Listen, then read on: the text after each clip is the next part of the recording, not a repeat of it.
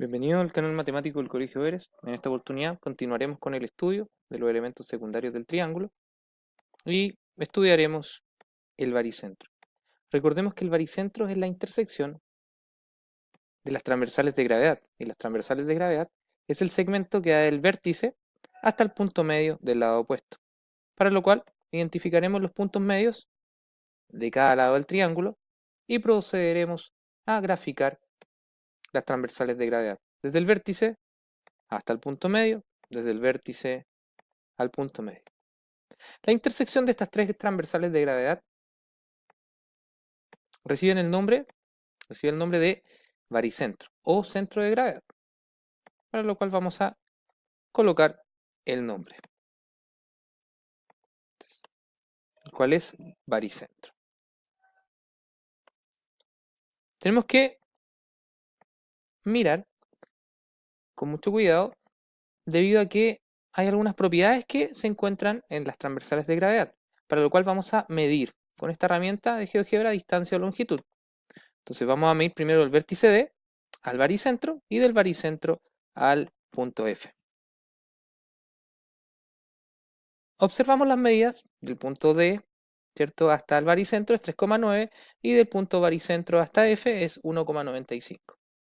Si modificamos los vértices, ¿cierto?, o el triángulo,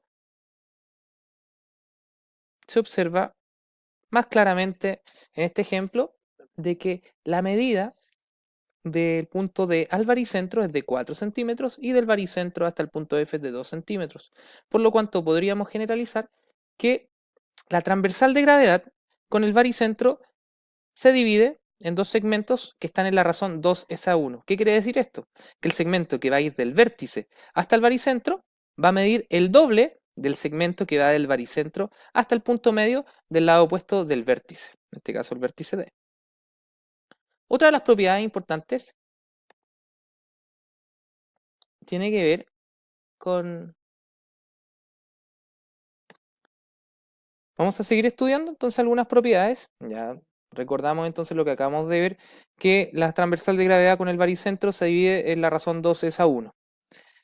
Vamos a utilizar otra herramienta de GeoGebra para dibujar uno de los triángulos. Podemos observar que el triángulo original fue subdividido en 1, 2, 3, 4, 5, 6 triángulos.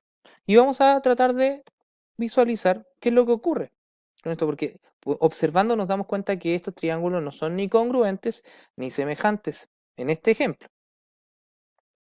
Pero podríamos quizás establecer algo respecto a su área. Nos damos cuenta que esta área es de 3,86 y vamos a medir el área de este otro triángulo, que visualmente no es igual, y vamos a ver que también el área es de 3,86. Y si modificamos los vértices del triángulo, las áreas de estos dos triángulos que están abajo son equivalentes.